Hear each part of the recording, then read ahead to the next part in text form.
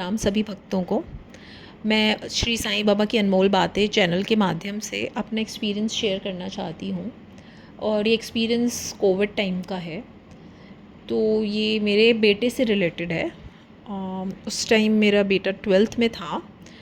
तो उसको मतलब थोड़ा सा मेंटल इश्यूज़ थे। आप डिसऑर्डर समझो। और जैसे वो थोड़ा सेल्फ हार्म करता था और काफ़ी एडिक्शन में था।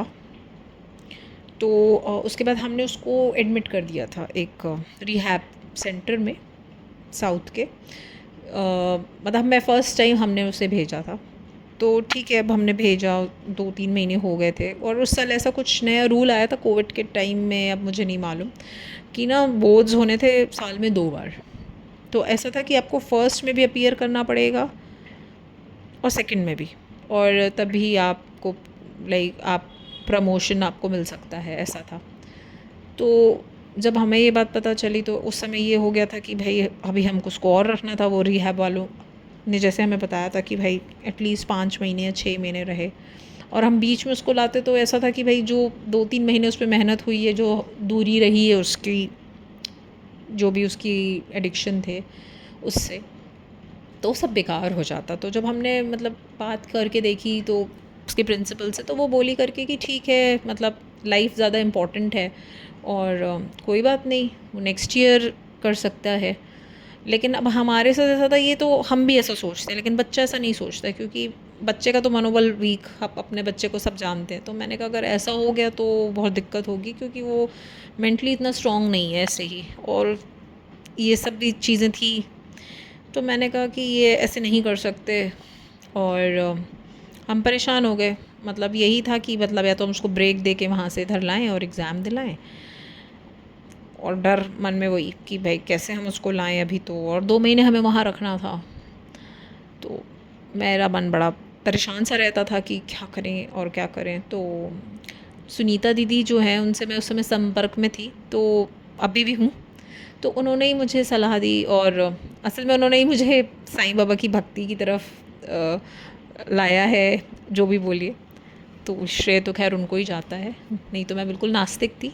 तो उन्होंने मुझे समझाया कि अरे तुम बाबा पे छोड़ो ना, बाबा तो सब कर सकते हैं। तो मेरे को बड़ा थोड़ा सा तभी भी शायद मैं ये बोलिए पूरा वैसा नहीं आता था कि अरे कैसे कर सकते हैं, मतलब इसमें तो हम ही को करना है, कि उसको हमें निकालना पड़ेगा वहाँ से, तभी एग्ज़ाम हो सकता है उसका। अब इसमें बाबा क्या कर सकते हैं। कहती नहीं नहीं, वो देखना ना कुछ तो कर ही देंगे करके।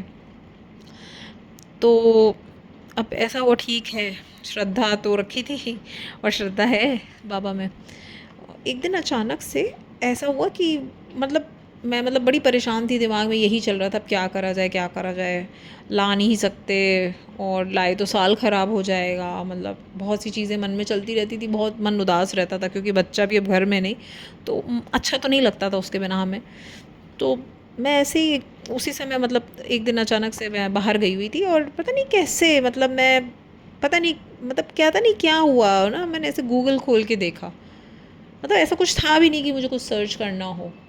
एंड उसमें मैंने देखा न्यूज़ आती है, जैसे अपडेट्स आते हैं हर चीज़ के बारे में। तो मैंने उसमें पढ़ा कि गवर्नमेंट ने रूल निकाला है, क्योंकि कोविड का पीरियड है वो, तो जो जहाँ पर है, जो जिस जगह पर है, क्योंकि वो पीरियड ऐसा था कि ऐसा हो गया था, ये 2021 की बात है। तब तो ऐसा था ठीक है, ट्रेन भी चल रहे थे, फ्लाइट भी चल रहे थे।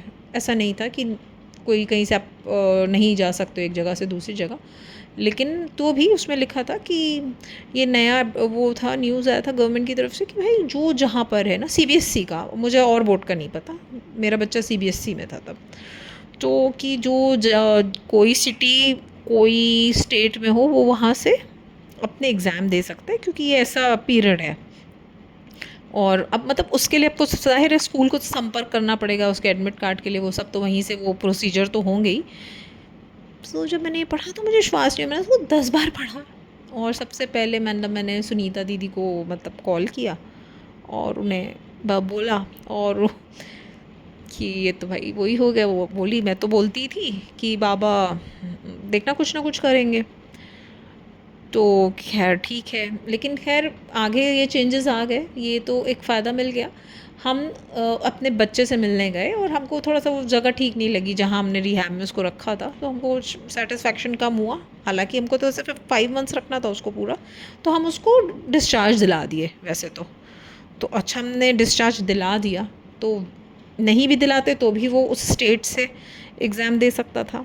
अच्छा अब हमने दिला दिया तो भी मेरे लिए वही था कि भाई मैं भी अपनी उस सिटी में नहीं लाना चाहती थी बच्चे को, क्योंकि ऐसा होता है ना कि भाई वापस से उसके वैसे ही कॉन्टैक्ट्स और उसकी जो फ्रेंड सर्कल होगा मिलेगा, तो कहीं वापस से जो हमने दूरी रखी थी वापस से सब ख़राब हो जाएगा, मतलब कहीं फिर से ना उसमें चला जाए, तो प्रिकॉशन लेना तो ज़रूरी था।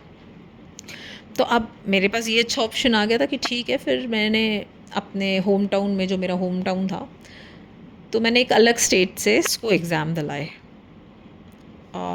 तो मैं भी वो रिवील नहीं कर सकती, लेकिन हाँ मैं ये ज़रूर बता सकती हूँ कि ठीक है, मैं एक अलग स्टेट में रहती हूँ और मैं इन्हें दूसरे स्टेट से इसको एग्ज़ाम दिलाए थे जो उसके फर्स्ट बोर्ड थे।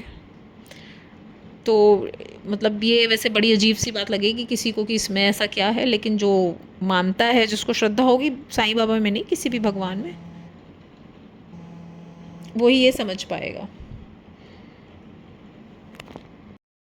मैं ही कहना चाहूँगी कि जब जब मन परेशान हुआ और सुनीता दीदी से बात हुई तो उन्होंने यही बोला, जहाँ पर हमारी सोच नहीं जा सकती वहाँ बाबा की जा सकती है।